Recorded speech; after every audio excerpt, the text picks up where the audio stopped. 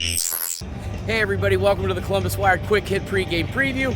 I'm Andy Evans, and as you see, here we are. Game number 3 of the 2023 season as the 6th-ranked Ohio State Buckeyes welcome in the currently undefeated Western Kentucky Hilltoppers out of Conference USA, who are off to a 2-0 start after a 41-24 win against South Florida at home in their season opener, as well as a 52-22 beatdown of FCS Houston Christian last weekend. Now, this is typically the time that I like to go into a little bit of history and a little bit of backstory between both teams.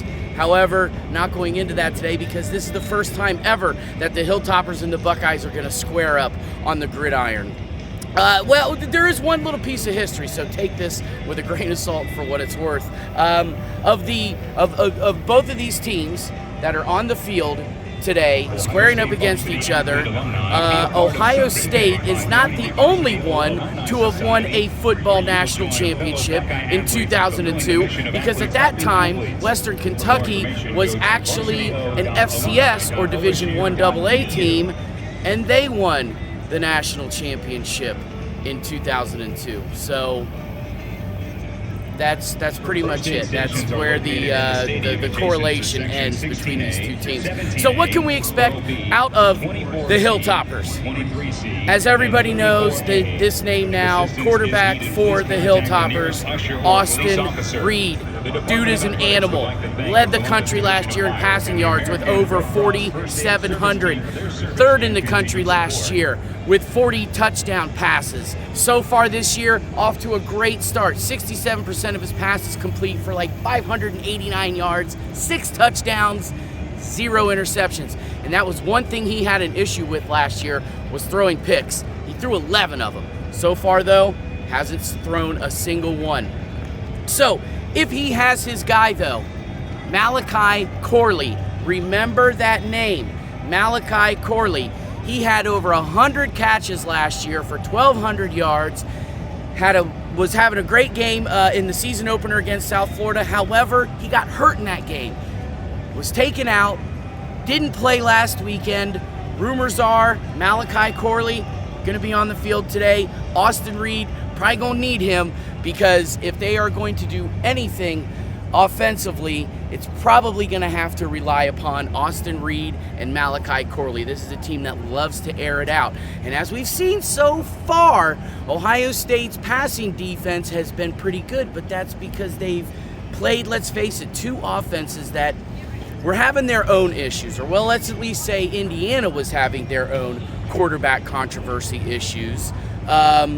And Youngstown State, they were a predominantly rushing attack. So really, this is going to be it. This is going to be the time for this Ohio State passing defense to prove that what they've done so far is no fluke. Going to need another pick, maybe 2 out of guys like Denzel Burke, Jordan Hancock, Davison Igbinosun, maybe Sonny Styles or Lathan Ransom, which Lathan Ransom right now is questionable for the game as of right now at about 1 o'clock in the afternoon. I know I just looked at my wrist. I don't even have a watch on, but I've got that internal time clock. At any rate, this is the game.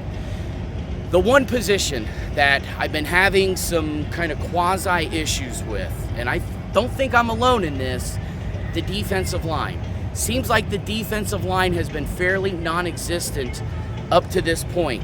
Their 2-star defensive ends, JT Tuimoloau, Jack Sawyer. Actually, right now, if you take a look at their stats, Sawyer has 7 tackles so far in 2 games. That's an average of 3.5 tackles a game, right? No sacks or no tackles for loss, though.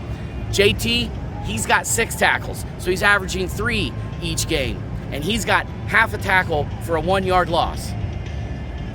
I think we'd all like to see better production out of these guys, right?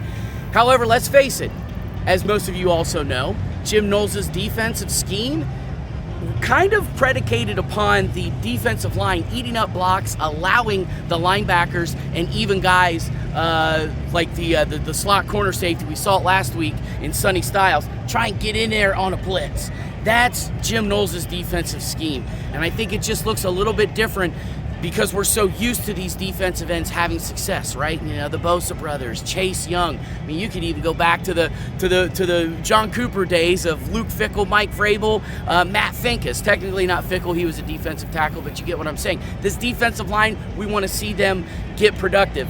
And what better way to really produce some numbers against a passing offense where you just release your defensive ends, let them get at the quarterback, because they are probably going to need to create immediate pressure, okay? They cannot rely on getting stops and tackles for loss and sacks because of the coverage. As far as I'm concerned, now don't get me wrong, I'm not going to snub my nose at a stat like that. I mean, a sack is a sack, but I would like to see these defensive ends get immediate pressure, and that's something that we just have yet to see out of this defense. So that's my one gripe. I want to see the defensive line turn it loose. I want to see JT and Jack get in there and create some pressure on Austin Reed, because if they don't, and they have to rely on their coverage, let me tell you what, folks, I think it could be a long day for this secondary, for the defense as a whole, because Austin Reed, he does not mess around, and he doesn't even need Malachi Corley necessarily to put up big numbers. The dude has several other receivers, including a redshirt freshman, Easton Messer, remember that name, that he can rely on to throw the ball to. So at this point, if Ohio State does not get pressure on Austin Reed, could be a long day for the defense. However, on the other side of the ball, of course we know Kyle McCord is now officially the starter. And I think that was the case for the first two games. We all saw that, right? Meaningful snaps for Devin Brown really didn't happen. It certainly didn't happen in the Indiana game. I would say it happened on one series last weekend against Youngstown State, fourth offensive possession of the game. Buckeyes were only up by a touchdown. Ryan Day sends Devin Brown in. Devin Brown responds by leading him down the field and scoring a touchdown. That was probably the one meaningful drive that Devin Brown played. Now Kyle McCord is officially the starter. However, are we still going to see Devin Brown? I think we do. I think what we saw the last two weekends, it's not going to be any different today. Absolutely no difference. We are going to see the same offensive scheme and game plan today that we saw the last two games. And this is a defense that only returned 4 starters, Western Kentucky defense.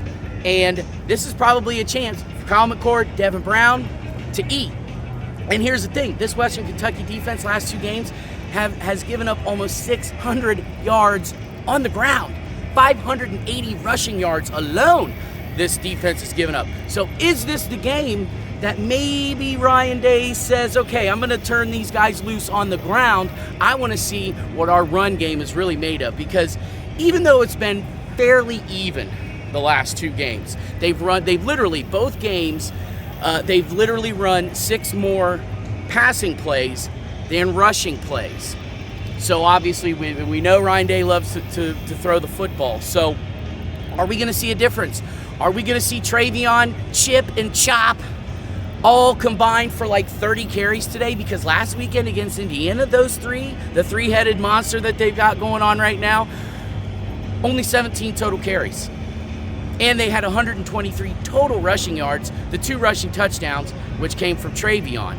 So this offense, you know, they're starting to get into a point where they're a little too pass heavy, a little too much of a finesse team. Ryan Day has said that he wants this offense to play a little tougher, play with a little more meanness. Justin Fry actually said on Wednesday this week that